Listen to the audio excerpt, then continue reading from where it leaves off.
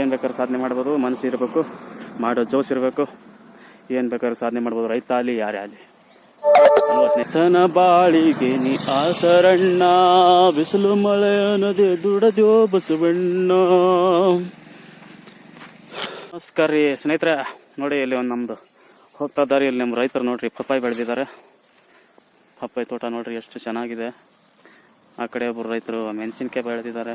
ಮೆಣಸಿನ್ಕಾಯಿ ಪೂರ ಒಂದು ಎಷ್ಟು ಎಕರೆ ಇದೆಯಪ್ಪ, ಒಂದು 4 ಎಕರೆ ಪೂರ ಮೆಣಸಿನ್ಕಾಯಿ ಆಗಿಬಿಟ್ಟಿದ್ದಾರೆ. ಹೇಗೆ ನಮ್ಮ ರೈತರ ಪವರ್ ನೋಡಿದ್ರ, ಹೆಂಗೆ ಬೆಳೀತಾರೆ, ಏನು ಮಾಡ್ತಾರಪ್ಪ, ಕಷ್ಟ ಮಾಡ್ತಾರೆ ಮಾರ್ಕೆಟ್ಗೆ.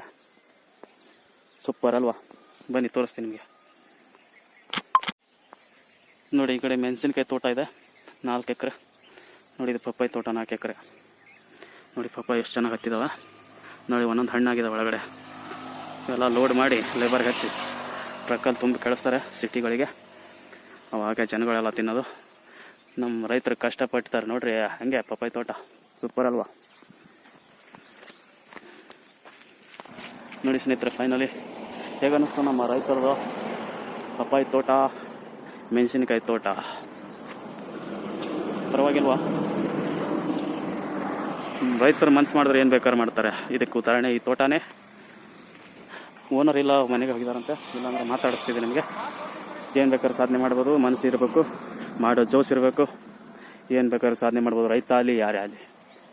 ಅಲ್ವಾ ಸ್ನೇಹಿತರೆ? ಓಹೋ,